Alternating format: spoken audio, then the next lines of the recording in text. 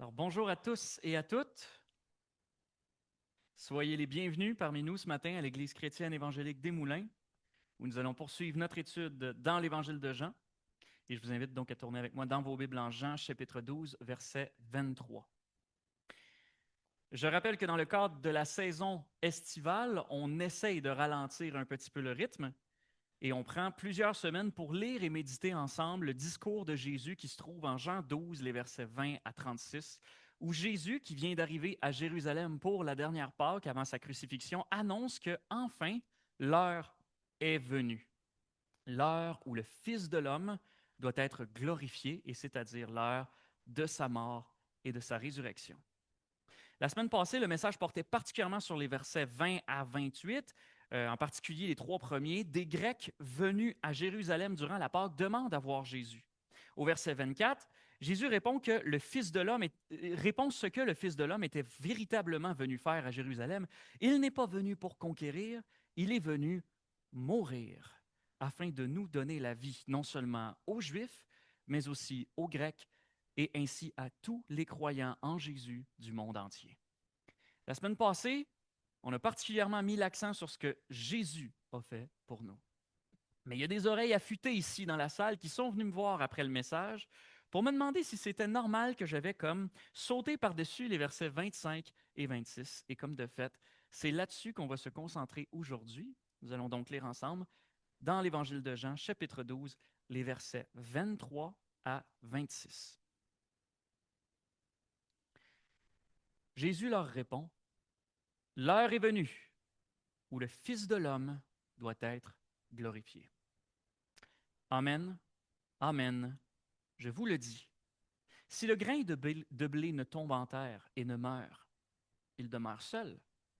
Mais s'il meurt, il porte beaucoup de fruits. Celui qui aime sa vie la perd, et celui qui est sa vie dans ce monde la gardera pour la vie éternelle. Si quelqu'un me sert, qu'il me suive. Et là où moi je suis, là aussi sera mon serviteur. Si quelqu'un me sert, c'est le Père qui l'honorera. Seigneur, bénis et sanctifie ta parole dans nos cœurs aujourd'hui, afin qu'elle porte du fruit en nous et que nous portions du fruit pour toi. Amen. Donc, la semaine passée, on s'était pas mal attardé sur les versets 23 et 24. Au verset 23, Jésus dit que l'heure est venue et que le Fils de l'homme va maintenant être glorifié. Mais au verset 24, surprise, alors que Jésus vient tout juste de nous parler de gloire, tout à coup, il se met à nous parler de mort. Si le grain de blé ne tombe en terre et ne meurt, il demeure seul. Mais s'il meurt, il porte beaucoup de fruits. Déjà là, ça a dû faire un choc aux Juifs qui l'écoutaient. Pour eux, la gloire, c'est une question de conquête et de victoire sur leurs ennemis. Jésus leur dévoile que dans son royaume à lui, la gloire passe par la mort. Non pas par la mort de ses ennemis, mais par la mort à soi-même. Et ensuite, Jésus continue au verset 25 en disant que celui qui aime sa vie la perd, et celui qui déteste sa vie dans ce monde la gardera pour la vie éternelle. Mais là, il parle de qui? De lui-même, comme au verset 24, ou de quelqu'un d'autre? Et le verset 26 nous le confirme.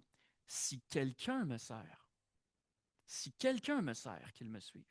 Donc, deuxième surprise, maintenant, c'est de nous que Jésus est en train de parler. Dans le royaume de Dieu, la gloire passe par la mort à soi-même.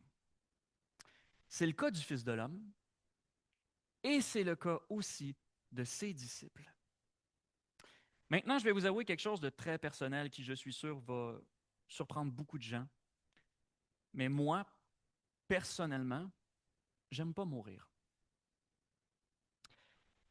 L'idée de mourir me fait peur.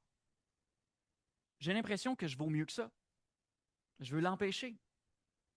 C'est pas naturel pour moi d'envisager la mort, surtout ma mort, comme quelque chose de glorieux, n'est-ce pas? En fait, mon réflexe naturel, c'est de vouloir l'éviter à tout prix, vouloir me protéger moi, penser à moi en premier. Et s'il le faut, au détriment des autres, si nécessaire. qui parmi nous ici aime ça mourir? Imaginez si j'avais mis ça comme titre du message dans l'info-action ou mieux encore sur le panneau d'affichage en avant de l'église. Dimanche 5 juillet, Jean 12, 23, 26, venez mourir.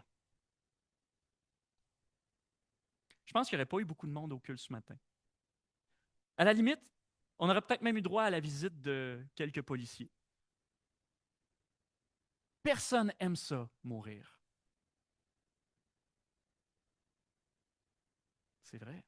C'est notre dernier ennemi. La peur de mourir, elle est ancrée au plus profond de nous. Personne n'aime ça mourir. J'aime pas ça mourir. Vous aimez sans doute pas ça mourir. Essayez pas de dire le contraire. Et lorsque moi je fais un effort de mourir à moi-même, pour revenir sur les confessions, lorsque je fais un effort pour mourir à moi-même, souvent, c'est comme si chaque fibre de mon corps essayait de m'empêcher d'aller dans cette direction-là. C'est comme devoir faire quelque chose qui est complètement contre-intuitif, qui est contraire à toute ma nature. C'est pas dans ma nature de tendre l'autre joue à ceux qui me font du mal. C'est pas dans ma nature d'aimer ceux qui sont difficiles à aimer pour moi. C'est pas dans ma nature de donner mon précieux argent, mon précieux temps, même à ceux qui en auraient plus besoin que moi. C'est pas dans ma nature de mourir à moi-même. Et donc peut-être que pour vous non plus, c'est pas facile de mourir à vous-même, et pourtant, on se retrouve ce matin devant un commandement de Jésus qui est extrêmement tranchant sur cette question-là. On y est confronté, on n'a pas le choix, on ne peut pas passer à côté. Alors qu'est-ce qu'on va faire? Exactement. Amen. On va mourir. Mais avant de ça, on va le lire et on va essayer de le comprendre ensemble. Déjà, donc, à ce point-ci, on se doute bien que ce ne sera pas facile donc pour nous de mettre en pratique le texte d'aujourd'hui dans nos vies, mais je veux tout de suite nous donner à tous une piste de solution qui pourra tous nous aider à le mettre en pratique, du moins je l'espère. Soyons attentifs au contexte dans lequel Jésus nous demande de mourir à nous-mêmes. Des Grecs veulent voir Jésus. Jésus ne répond pas à brûle-pourpoint à ces Grecs-là. S'ils veulent vraiment me voir, qu'ils meurent en eux-mêmes, qu'ils haïssent leur vie dans ce monde et qu'ils me suivent. Jésus n'est pas simplement en train de nous donner une liste de choses à faire pour aller au paradis. Avant de parler de la vie de service du disciple, Jésus commence par parler de quoi? Il commence par parler de lui, de sa propre mort sur la croix. Et donc, le postulat de départ sur lequel j'aimerais qu'on se lance ce matin, c'est que le véritable disciple de Jésus ne pourra jamais vraiment faire ce que Jésus lui demande de faire au verset 25 et 26 s'il n'a pas d'abord compris ce que Jésus a fait pour lui au verset 23 et 24. Okay? Et inversement, le véritable disciple de Jésus ne pourra jamais vraiment comprendre ce que Jésus a fait pour lui au verset 23 et 24 s'il ne fait pas ce que Jésus lui demande de faire au verset 25 et 26. Vous me suivez? Le vrai disciple de Jésus ne pourra jamais vraiment faire ce que Jésus lui demande s'il n'a pas d'abord compris ce que Jésus a fait pour lui, et il ne pourra jamais vraiment comprendre ce que Jésus a fait pour lui s'il ne fait pas non plus ce qu'il lui demande. Donc aujourd'hui, on va explorer ces 4 versets-là, une paire à la fois. Qu'est-ce que Jésus a fait pour ses disciples? Les 2 premiers versets, 23 et 24, et ensuite, qu'est-ce que Jésus demande vraiment à ses disciples de faire, versets 25 et 26. Au verset 23 et 24, Jésus commence par nous annoncer que le Fils de l'homme, ce que le Fils de l'homme est vraiment venu faire, mourir afin que les autres puissent vivre. La mort du Fils de l'homme à la croix nous apprend plusieurs choses sur nous-mêmes et sur Dieu. Des choses vraies, oui, mais aussi des choses qui peuvent être pas mal dérangeantes pour nous. La mort de Jésus à la croix est venue ébranler pas mal de nos croyances en tant qu'être humain, autant en ce qui concerne les Juifs à l'époque de Jésus que nous aujourd'hui. Premièrement, Jésus nous apprend que nous sommes tous morts spirituellement et que nous avons besoin de la mort du Fils de l'homme pour avoir la vie. Ça, ce n'est pas la première fois dans l'Évangile que Jésus le dit, mais c'est jamais le fun de se faire rappeler ça. On est mort. Si le grain de blé ne tombe pas en terre et ne meurt pas, selon l'image de Jésus au verset 24, il n'y a aucune vie qui va émerger pour personne. Le grain de blé resterait le seul vivant. Si Jésus ne meurt pas pour nous, on reste mort aux yeux de Dieu. Même en étant vivant physiquement, notre vie est comme morte. On ne porte pas de fruits pour Dieu. On est mort dans nos péchés. On n'a strictement aucun moyen de créer en nous la vie par nous-mêmes. Jean 8, 24, « Si vous ne croyez pas que moi je suis, vous mourrez dans vos péchés. »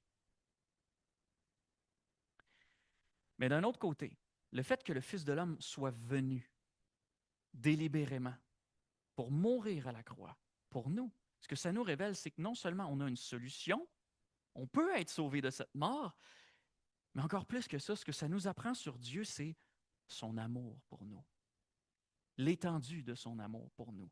Dieu nous a aimés au point de faire ça pour nous. Jésus nous révèle ici de quel amour Dieu nous a aimés, d'un amour sacrificiel, d'un amour qui meurt à soi-même pour le bien des autres. Aussi, en nous disant que le Fils de l'homme va en fait être glorifié en mourant sur la croix, verset 23, Jésus nous apprend ce qu'est la véritable gloire aux yeux de Dieu. La gloire de Dieu n'a rien à voir avec ce que nous, on appelle la gloire. À l'échelle nationale, les Juifs du temps de Jésus espéraient un Messie triomphant qui allait diriger une révolte armée contre les Romains, vaincre militairement toutes les nations qui s'opposeraient à eux. Un Messie guerrier qui allait imposer le respect à toutes les nations à travers le monde. Et à l'échelle individuelle, nous aussi, on voit en quelque sorte la gloire comme le fait de nous imposer aux autres. On soigne notre apparence à un tel point que les autres n'auront pas le choix de nous regarder. On veut s'enrichir à un tel point que les autres n'auront pas le choix de nous envier. On veut se forger une réputation à tel point que les autres n'auront pas le choix de nous admirer. Et on veut monter dans l'échelle sociale, la hiérarchie, à un tel point que les autres n'auront pas le choix de nous obéir ou de nous respecter. Bref, on cherche à agir de sorte à nous mettre, nous, en premier plan dans la vie des autres. C'est ça pour nous la gloire. Mais Jésus est venu renverser tout ça. Volontairement défiguré, il a renoncé à sa beauté pour que nous soyons beaux, magnifiques, purs aux yeux de Dieu. Volontairement appauvri, il a renoncé à sa richesse pour que nous soyons riches avec Dieu, héritiers du royaume des cieux. Volontairement humilié, il a renoncé à sa réputation pour que nous soyons saints aux yeux de Dieu. Volontairement abaissé au rang de serviteur, il a renoncé à son autorité légitime pour que nous acquérions la dignité d'un enfant de Dieu. Et Jésus nous dit que cet abaissement volontaire-là, c'est la façon dont le Fils de l'homme va être glorifié. Qu'est-ce que ça nous dit, ça, sur la gloire de Dieu? Tant de choses. Entre autres, ça nous dit que la gloire de Dieu se manifeste dans son amour. Un amour orienté vers les autres plutôt que rivé sur lui-même. Que la gloire de Dieu se manifeste dans sa grâce, une grâce qui renonce à ses droits divins plutôt qu'elle ne les revendique. Et que la gloire de Dieu se manifeste dans son abaissement au service des autres plutôt que dans l'écrasement des autres. La gloire de Dieu se manifeste dans son amour, dans sa grâce et dans son abaissement. Bien que la gloire de Dieu puisse aussi se manifester à travers sa puissance, c'est une évidence. Pensez à la création, pensez au miracle de Jésus, pensez à l'Apocalypse. La quintessence de la gloire de Dieu, elle se manifeste à la croix. La retenue de sa puissance pour, à la place, faire grâce dans son amour pour les autres. La gloire de Dieu n'a rien à voir avec la gloire humaine qu'on s'approprie en prenant le dessus sur les autres. On glorifie Dieu en réalité lorsqu'on se soumet aux autres. Mais en quoi est-ce que de savoir tout ça, ça va nous aider, nous, maintenant, à faire ce que Jésus nous demande de faire au verset 25 et 26?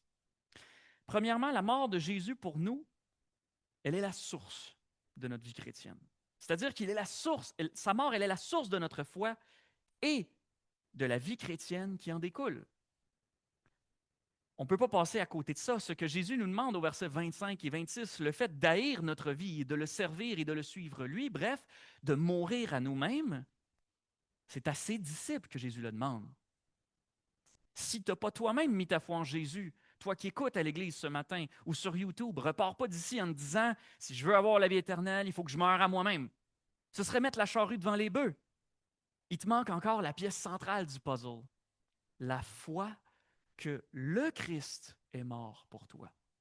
Tu dois d'abord mettre ta foi en lui pour ensuite, par la foi, pouvoir mourir à toi-même. En tant que source de ma foi, la mort de Jésus me donne dans un premier temps la vie éternelle. Conformément à sa promesse, il faut que le Fils de l'homme soit élevé afin que quiconque croit en lui ait la vie éternelle. Jean 3, 14 et 15. Et dans un second temps, la véritable foi produira en moi l'obéissance, telle que mourir à moi-même. Vivre par la foi en ce que Jésus a fait pour nous au verset 23 et 24, c'est donc premièrement un prérequis pour obéir au verset 25 et 26. Mais vivre par la foi, qu'est-ce que c'est si ce n'est de vivre tous les jours de notre vie en suivant Jésus et donc en nous rappelant constamment ce qu'il a fait pour nous à la croix? C'est une vie de contemplation, mes amis, de méditation, d'émerveillement. Pas une vie à la poursuite du vent, une vie à la poursuite de Jésus. L'un de nos plus gros problèmes en tant que chrétiens, la première raison pour laquelle on trouve qu'on a autant de mal à obéir à ce que Jésus nous demande au verset 25 et 26, c'est que notre mode de vie, par défaut, c'est de vivre comme si l'Évangile n'était pas vrai pour nous. Je me rappelle que tu avais mis ça sur une de tes diapositives, Michel, il y a quelques semaines. Notre mode de vie par défaut, même pour nous les chrétiens, c'est de vivre comme si l'Évangile n'était pas vrai pour nous. On vit notre vie, et je dis bien notre vie, avec un pronom possessif, comme si la mort de Jésus, c'était finalement qu'un épisode parmi tant d'autres dans les livres d'histoire. Alexandre le Grand est mort, Jules César est mort, Jésus est mort, bon, Jésus est ressuscité, mais sinon c'est ça. C'est du passé, c'est de l'histoire ancienne. Mais la mort de Jésus n'est pas séparée de toi par 2000 ans d'histoire ou 2000 ans de pages d'histoire. Si Jésus est mort il y a 2000 ans, c'était pour toi aujourd'hui. Ton salut n'est pas un accident. Jésus dit lui-même que c'est le Père qui t'a personnellement tiré de là où tu étais pour t'amener à Jésus. Jean 6, 44. Et Jésus dit d'ailleurs en Jean 10, 3 qu'il appelle toutes ses brebis par son nom, toi y compris. C'est pour toi qu'il est mort. C'est pour toi que Jésus a été traité à ta place comme le pécheur que tu étais pour que toi tu aies droit à tous les égards qui sont dus au Fils de Dieu devant le Père. Toi, le disciple ou la disciple bien-aimé de Jésus, ton maître est mort pour que toi tu puisses vivre. Tu es infiniment plus aimé que tu ne pourras jamais l'imaginer. Si on veut vraiment le suivre, si on veut vraiment obéir jour après jour à ce que Jésus nous demande au verset 25 et 26, c'est pas tout que Jésus soit mort pour nous. Encore faut-il nous approprier ce qu'il a vraiment fait pour nous. Parce que si tu ne vis pas comme si l'Évangile était vrai, si tu vis comme si l'Évangile n'était pas vrai, si tu ne vis pas comme si Dieu t'aimait vraiment et infiniment, comment pourrais-tu te sentir suffisamment aimé pour ne plus passer ta vie à quêter l'amour des autres? Mais au contraire, vivre par amour pour les autres, même pour ceux qui sont le moins aimables. Tu n'es pas assez aimé. Si tu ne vis pas comme si, en Dieu, tu avais accès à toutes les richesses du royaume, comment pourrais-tu te sentir suffisamment riche pour ne plus passer ta vie à te bâtir une sécurité personnelle, mais au contraire considérer les besoins des autres comme étant supérieurs aux tiens? Tu es trop pauvre. Et si tu ne vis pas comme si, en Dieu, tu avais été complètement justifié, comment pourrais-tu te sentir suffisamment juste en toi-même pour ne plus passer ta vie à t'auto-justifier, mais au contraire vivre pour faire preuve de grâce envers les autres, même quand tu as été traité injustement par eux? Et si tu ne vis pas comme si Dieu, ton maître, s'était infiniment abaissé pour servir tes besoins à toi, comment tu pourrais te sentir suffisamment servi et honoré pour ne plus passer ta vie à chercher ta gloire et le respect des autres, mais au contraire, vivre pour servir et honorer les autres, même ceux à qui tu ne dois rien? Si on ne comprend pas vraiment ce que Jésus a fait pour nous au verset 23 et 24, jamais on trouvera en nous la force d'accomplir ce qu'il nous demande au verset 25 et 26. Donc, non seulement ce que Jésus a fait pour nous à la croix, c'est le prérequis de toute notre foi, c'est la source de notre foi qui nous donne la vie éternelle, mais en plus, la mort de Jésus n'est pas uniquement l'objet de notre foi, elle est aussi ce qui donne un sens, un modèle, une motivation pour notre nouvelle façon de vivre. La mort de Jésus pour ses disciples, non seulement nous donne la vie, mais elle détermine toute notre nouvelle façon de vivre. Jésus ne nous a pas seulement donné un modèle de vie à imiter du genre « Hey, regarde ce que j'ai fait pour toi, c'est beau, hein? C'est tellement merveilleux. OK, go, maintenant fais pareil. » C'est pas exactement ça. Ce qu'il a fait pour nous à la croix nous a donné jusqu'à la possibilité même de suivre son modèle. C'est plutôt quelque chose comme « Maintenant que je t'ai tout donné, tu peux toi aussi tout donner. » Donc, quand je dis que la mort de Jésus détermine notre nouvelle façon de vivre, ce n'est pas juste qu'elle sert de modèle. Je n'ai pas trouvé un verbe assez puissant pour incarner tout le sens de ce que je veux dire ici. C'est qu'elle est la fondation même de notre nouvelle manière de vivre, sa mort à la croix. Sa mort permet notre nouvelle façon de vivre, elle donne un sens à notre nouvelle façon de vivre et elle motive notre vie chrétienne. Si nous pouvons aujourd'hui nous donner aux autres généreusement, avec grâce et avec joie, c'est parce qu'en lui, nous avons déjà tout reçu. Donc maintenant, à la lumière du sacrifice de Jésus pour nous, qu'est-ce que Jésus nous demande vraiment dans les versets 25 et 26? Au verset 25, on voit que mourir à nous-mêmes, c'est d'haïr notre propre vie. OK? C'est un petit peu radical, non? Parce que, bon, le verbe haïr, c'est quand même pas trop quelque chose dont on s'attend venant d'un Dieu d'amour, n'est-ce pas? Mais la logique du verbe haïr ici, c'est la même logique qu'en Luc, chapitre 14, verset 26, lorsque Jésus dit « Si quelqu'un vient à moi et s'il ne hait pas son père, sa mère, sa femme, ses enfants, ses frères et ses sœurs, et même sa propre vie, il ne peut être mon disciple. » Alors, si le verset d'aujourd'hui vous a semblé radical, celui-là d'autant plus doit vous le sembler radical. Mais dans une logique juive, le verbe haïr peut être utilisé autant pour parler de la haine en elle-même que pour parler d'aimer moins une chose par rapport à une autre. Et c'est pour ça que vous pouvez voir en Matthieu le même commandement en Jésus qu'on retrouve en Luc, le même commandement de Jésus qu'on retrouve en Luc, mais formulé de la façon suivante. Celui qui aime son père ou sa mère plus que moi n'est pas digne de moi, et celui qui aime son fils ou sa fille plus que moi n'est pas digne de moi. Donc, ce que Jésus nous demande ici, ce n'est pas littéralement d'avoir une haine viscérale pour notre propre vie. Ce n'est pas de foutre notre vie en l'air puis se dire ça vaut plus rien, ça m'éloigne de Dieu, je dois me flageller tous les jours ou que sais-je encore. C'est plutôt dans le vocabulaire des autres évangiles un concept, un peu comme en Luc 9, 23, le concept de renoncer à soi-même. C'est-à-dire de renoncer à mettre notre vie à nous au premier plan. Ce qu'il nous demande, c'est d'aimer notre vie moins que lui-même. Et ça, c'est tout à fait conforme au plus grand commandement. Tu aimeras le Seigneur, ton Dieu, de tout ton cœur, de toute ton âme, de toute ta force, de toute ta pensée. Rien de nouveau dans l'Écriture ici. Ce qu'il nous demande aussi, c'est de mettre notre vie au second plan après lui-même. Je dis aussi, mais en fait, c'est un synonyme. Même chose.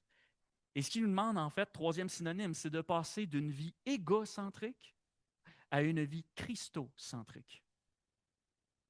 Même si le langage est radical en Jean 12, 15, en Jean 12, 25, ce n'est pas une vie de haine que Jésus nous appelle à vivre, c'est une véritable vie d'amour pour lui qui surpasse l'amour de nous-mêmes. Ça prend beaucoup d'amour, ça, parce qu'on s'aime beaucoup nous-mêmes.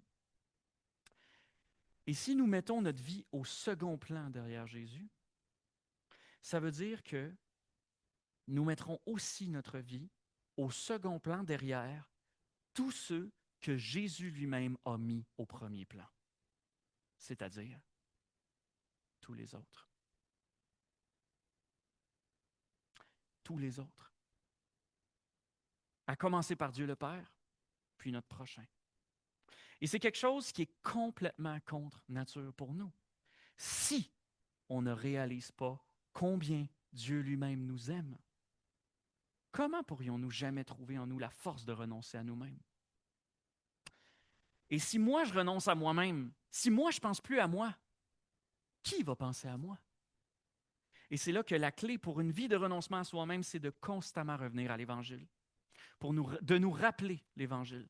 Si je ne crois pas réellement dans mon cœur que Dieu m'aime, Dieu en personne, je vais constamment être insécure. Si moi, je ne pense pas à mes intérêts, si je ne pense pas à mes arrières, personne ne va le faire pour moi. Alors, il faut que je me garde au premier plan. Mais si je réalise jusqu'à quel point Dieu tient à moi, qu'il me chérit comme la prunelle de ses yeux, alors là, je peux me permettre de renoncer à moi-même. Je peux lâcher prise sur ma vie parce que je sais que quoi qu'il arrive, je suis entre de bonnes mains. Si je crois vraiment en l'Évangile, je peux me permettre de renoncer à moi-même parce que je sais que Dieu, lui, n'a jamais renoncé à moi et ne renoncera jamais à moi. L'image qui me vient en tête, c'est, vous savez, quand on était petit et qu'on apprenait à faire du vélo, et que pour la première fois, on nous enlève les petites roues de pratique qui se trouvent en arrière.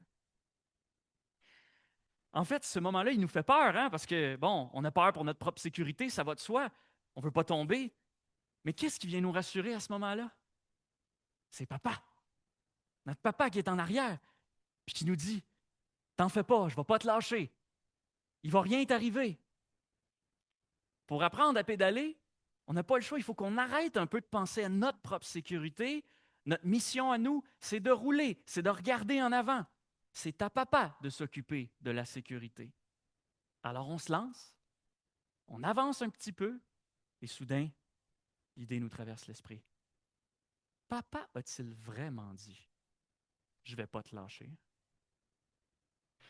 Et quand on se remet à penser à notre sécurité, qu'est-ce qu'on fait? On ne regarde plus en avant, on regarde en arrière. Puis là, le guidon se met à shaker, puis on risque fort de tomber, on se plante.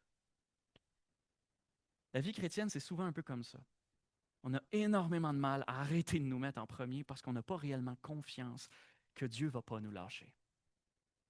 Alors qu'en réalité, on a tout à gagner à renoncer à notre propre sécurité et à apprendre à aller de l'avant par la foi. Et c'est ça, haïr sa vie dans ce monde. Maintenant, qu'est-ce que Jésus veut dire aussi par celui qui aime sa vie la perdra? En d'autres mots, celui qui ne met pas sa vie au second plan n'aura pas la vie éternelle. Parce que c'est inquiétant quand on lit ça aussi. Jésus il a pourtant clairement dit en Jean 3,15 que quiconque croit en lui a la vie éternelle. Est-ce qu'on se retrouve soudainement avec deux conditions pour avoir la vie éternelle? Et croire en lui d'un côté, et haïr notre propre vie d'un autre côté. Il n'y a toujours qu'une condition pour le salut, et c'est par la foi. Si on se rappelle bien du contexte de ce que Jésus est en train de faire ici, en Jean 12, 23, 26, c'est qu'il est en train de définir, devant une foule de Juifs qui l'ont tous pourtant acclamé à Jérusalem avec les mêmes chants de louange, qui sont ses véritables disciples. Et par conséquent, ce que Jésus nous décrit ici, c'est à quoi ressemble la véritable foi. La véritable foi en Jésus met Jésus au premier plan. Donc, il n'y a pas deux conditions pour être sauvé, et mettre sa foi en Jésus, et mettre Jésus au premier plan. Il n'y en a qu'une, c'est la foi. Qui, en l'occurrence, la véritable foi, met Jésus au premier plan. Mais puisque nous sommes tous humains, notre foi sera toujours imparfaite. Et maintenir Jésus au premier plan de notre vie, c'est une lutte de tous les jours. Heureusement, Ce n'est pas la perfection de notre foi qui nous sauve, c'est l'objet de notre foi, qui est Jésus-Christ. En revanche, ce que Jésus dit ici, c'est que celui qui se dit chrétien et qui ne met pas Jésus au premier plan de sa vie n'a de chrétien que le nom. Parce que c'est quoi que ça veut dire, chrétien? Chrétien, ça veut dire disciple du Christ. Si tu es disciple du Christ, ton maître passe avant toi. Ton maître passe en premier et tu passes au second plan. Dans ton cœur, en tant que disciple, c'est décidé. Et tu es à l'aise avec l'idée que Jésus soit premier. Et lorsque tu prends conscience de ton propre égocentrisme, en fait, ça t'écœure. Parce que tu en as encore des traces d'égocentrisme dans ta vie. Tu vas tous les jours être confronté à ton propre égocentrisme, mais ça t'écœure. Tu n'arriveras peut-être pas tous les jours à haïr ta vie comme Christ te l'a demandé. Mais tu haïs de ne pas réussir à haïr ta vie comme Christ te l'a demandé. Tu veux faire la joie de ton maître. Tu veux obéir à ses commandements. Même un commandement qui peut nous sembler aussi intimidant que celui-là, tu inclines la tête devant ce commandement. Tu n'essayes pas de le contourner, tu n'essayes pas de l'oublier, tu n'essayes pas de tordre son sens pour l'adapter à ce que toi tu voudrais faire. Même si tu as de la misère, tu sais au fond de toi que ce commandement-là, il est bon pour toi. Parce que tu fais confiance à celui qui t'a donné ce commandement. Alors déjà, pendant que tu te débats intérieurement, comment je vais faire pour me mettre au second plan, tu es déjà en train de te mettre au second plan lorsque tu t'inclines devant la parole de Dieu. Donc, une fois qu'on a renoncé à nous-mêmes et qu'on a mis notre vie au deuxième plan après Jésus, Jésus nous demande au verset 26 de le servir. Ce qui est pratiquement un synonyme. Être au service de quelqu'un, c'est être l'esclave de quelqu'un. C'est les besoins de notre maître deviennent nos besoins, ses désirs deviennent nos désirs. Et comme il est question d'aimer notre maître plus que nous-mêmes, au verset 25, ben, on ne parle pas d'un esclavage qui est déshumanisant comme toutes les horreurs qu'on a pu voir dans l'histoire. On parle ici d'un service volontaire. C'est vraiment ça, une vie de disciple au temps de Jésus. Et Jésus dit que si quelqu'un veut vraiment le servir, il doit le suivre. Comme les disciples faisaient en ce temps-là. Ils voyageaient avec leur maître. Ils prenaient tout le temps nécessaire auprès de leur maître. Si quelqu'un me sert, qu'il me suive. Mais la question ici qui sort un peu de notre texte, c'est le suivre jusqu'où? Où est-ce que Jésus s'en va à ce moment précis de l'évangile de Jean? Il s'en va à la croix. On est à la dernière Pâque. Jésus s'en va vers la croix pour nous. Le suivre, c'est donc prendre nous-mêmes notre croix. C'est d'accepter d'affronter les souffrances pour Jésus, pour l'Évangile ou pour les autres. On parle ici autant des souffrances spirituelles, des souffrances psychologiques, les souffrances physiques, et ce jusqu'au martyre s'il le faut. On parle bien ici d'accepter les souffrances, ce qui n'est pas la même chose que de rechercher les souffrances ou de provoquer les souffrances, ce qu'on appellerait le syndrome du martyr, d'essayer tout le temps de forcer les choses pour devenir un martyr. Rappelons-nous que Jésus, comme une brebis muette devant ceux qui l'attendent, n'a absolument rien fait pour provoquer la cruauté de ses persécuteurs. C'est eux-mêmes qui ont choisi d'être cruels. Mais de la même façon, même les chrétiens les plus fidèles et les plus paisibles doivent s'attendre, doivent se tenir prêts à affronter les souffrances injustes qui les attendent dans ce monde, parce que ce monde est injuste. Jésus nous avertit en Jean 15, 20, « Le serviteur n'est pas plus grand que son maître. S'ils m'ont persécuté, ils vous persécuteront aussi. » Suivre Jésus dans ses souffrances en renonçant à soi-même, c'est pas seulement d'accepter la souffrance, c'est d'accepter la souffrance. Oui, c'est ça, parce que c'est pas juste de dire « OK, je vais avoir bobo, vas-y, fais-moi mal, mon salaud. » C'est pas seulement ça, d'accepter les souffrances, point. C'est d'accepter la souffrance comme Jésus a accepté la souffrance. C'est-à-dire en se mettant toujours au second plan et en ayant à cœur nos propres persécuteurs. Ça veut dire renoncer à la vengeance qui n'appartient qu'à Dieu et prier pour eux, pour qu'ils soient épargnés. Il y a un pasteur qui, à un moment donné, prêchait sur ce texte-là et qui a lancé cette question que j'imagine certains d'entre nous se posent. Mais là, est-ce que mourir à moi-même, ça veut dire de me laisser piler dessus? Et ce pasteur-là répond simplement, des fois, oui, c'est littéralement ce que ça veut dire. Laisse-toi marcher dessus. C'est pas grave. Au regard du Dieu qui t'aime, qui est derrière toi, qui te soutient, c'est pas grave. Et parfois, non, ça ne veut pas forcément dire te laisser piler dessus. Les circonstances ne sont pas toutes pareilles. Mourir à soi-même, ce n'est pas, ça c'est ce pasteur-là qui dit ça, je vous cite ce qu'il dit, mourir à soi-même, ce n'est pas de toujours savoir à l'avance ce qu'on va faire dans une situation donnée. C'est plutôt une question de mentalité, dans le genre, sais-tu quoi? La vie, c'est plus autour de moi que ça tourne. C'est plus moi qui compte ici, c'est Christ qui compte. Et même toi, tu comptes pour moi. Et si dans une situation donnée, tu manques de sagesse, tu ne sais pas si c'est le temps de te faire piler dessus ou de faire autre chose, d'agir autrement, demande-la à Dieu, la sagesse, qui donne à tous simplement et sans reproche. Jacques 1,5. Mais si suivre Jésus, ça implique d'être prêt à le suivre dans ses souffrances, même au plus profond de la souffrance, notre consolation, c'est que ça veut aussi dire de le suivre dans sa gloire. Oui, Jésus s'en va à la croix lorsqu'il nous dit ça en Jean 12, mais il s'en va aussi vers sa gloire. La croix, c'est sa gloire. Verset 23, l'heure est venue où le Fils de l'homme va être glorifié. Verset 26, si quelqu'un me sert, comme nous a dit notre frère Stéphane tantôt, le Père l'honorera. Ce qui est tout à fait conforme avec la parole de Dieu qu'on trouve en 1 Samuel 2,30, j'honorerai celui qui m'honore. 2 Timothée 2, 11 et 12. Cette parole est certaine. Si nous sommes morts avec lui, nous vivrons aussi avec lui. Si nous persévérons, nous régnerons aussi avec lui. 1 Pierre 4, 13. Réjouissez-vous, au contraire, de la part que vous avez aux souffrances de Christ, afin que vous soyez aussi dans la joie et l'allégresse lorsque sa gloire apparaîtra. Tout à l'heure, on a vu en quoi le fait de comprendre l'œuvre de Jésus pour nous à la croix, ça nous aidait à mieux obéir à son commandement, de le suivre. Mais vous savez quoi? Ça marche aussi dans l'autre sens. D'apprendre à vivre en mourant à soi-même, en mettant Jésus au premier plan dans nos relations, dans nos décisions, dans nos épreuves, dans nos souffrances, en suivant sa façon de vivre, ça nous aide aussi à mieux comprendre l'Évangile.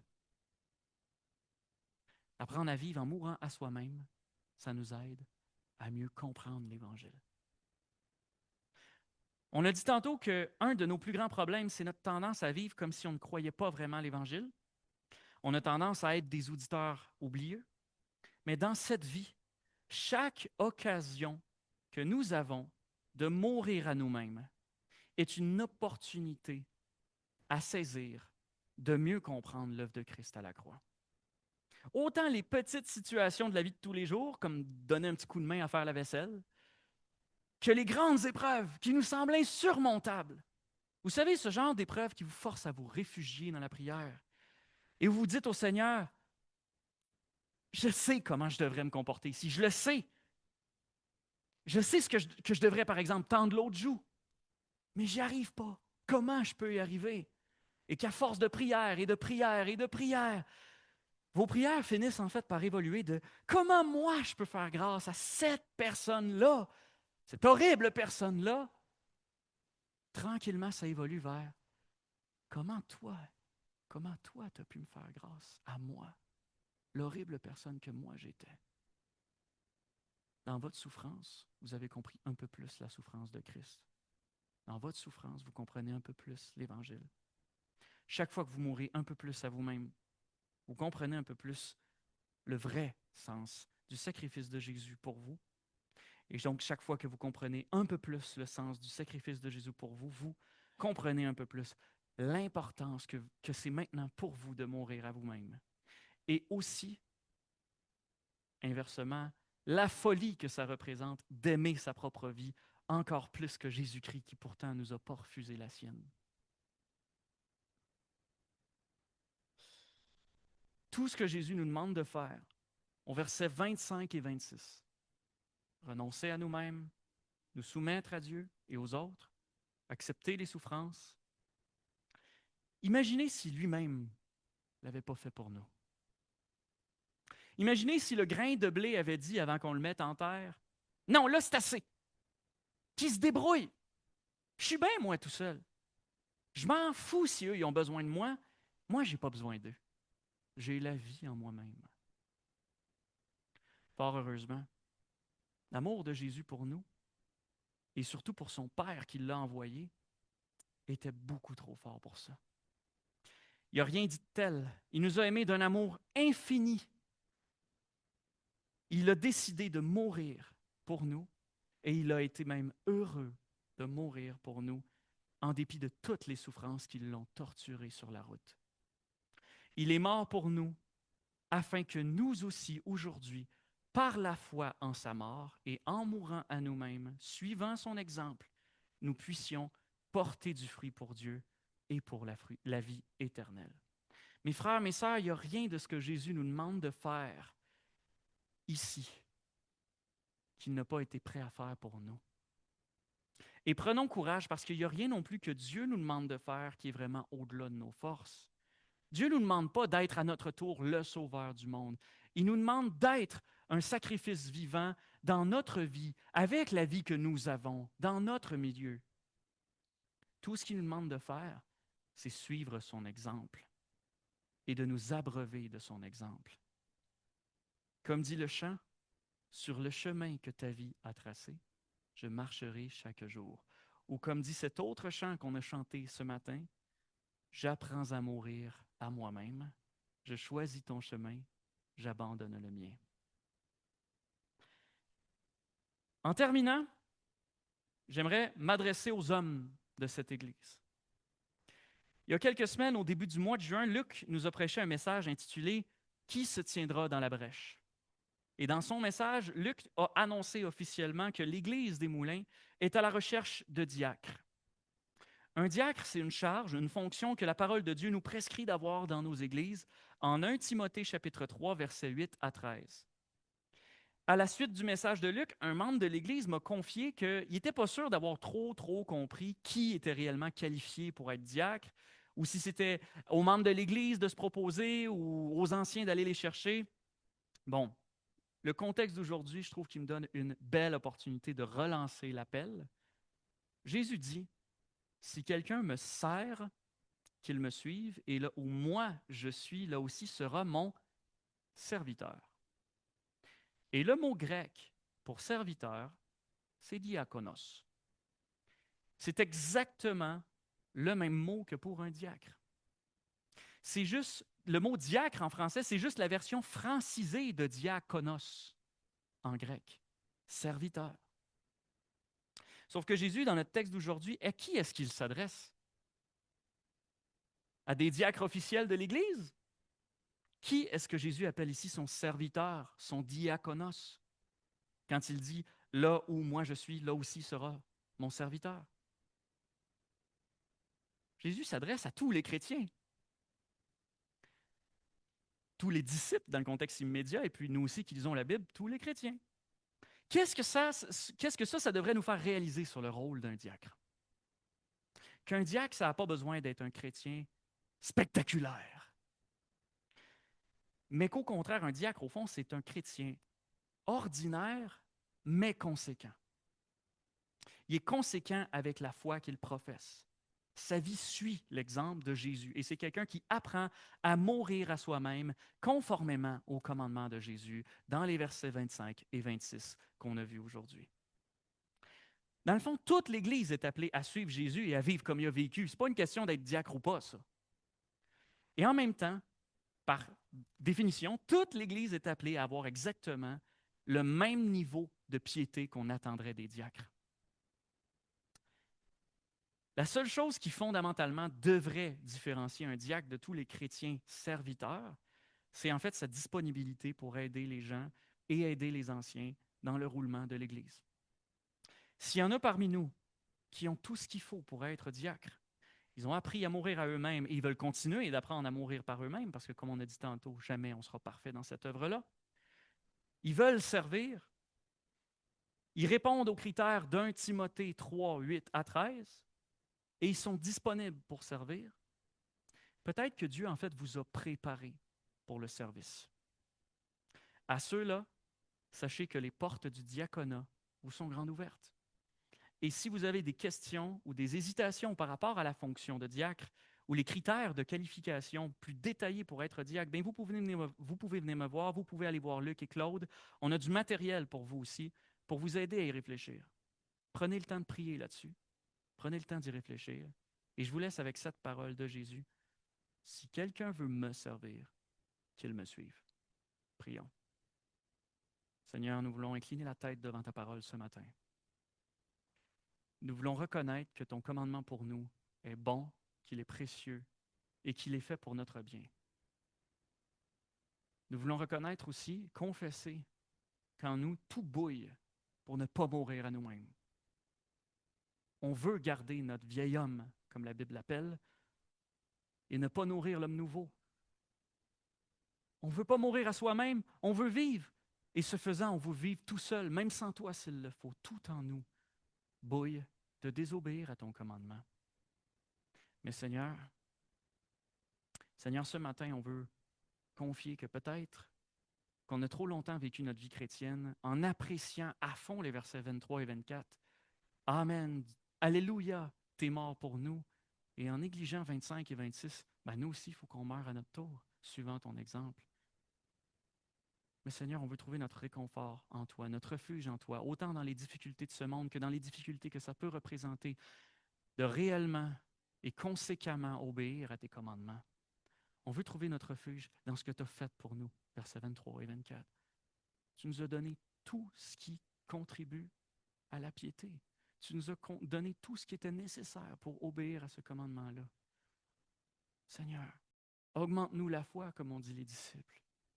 Seigneur, pardonne-nous de manquer à ce point de foi et attire-nous toujours plus à toi, dans la prière, dans la dévotion, dans la méditation de ce que tu as fait pour nous, afin que nous puissions fidèlement mourir à nous-mêmes, vivre pour les autres, de sorte que tout le monde autour de nous, autant nos frères en Jésus, nos frères, nos sœurs, que les gens de ce monde autour de cette Église nous regardent et ne puissent pas dire autrement que eux, c'est bizarre leur affaire.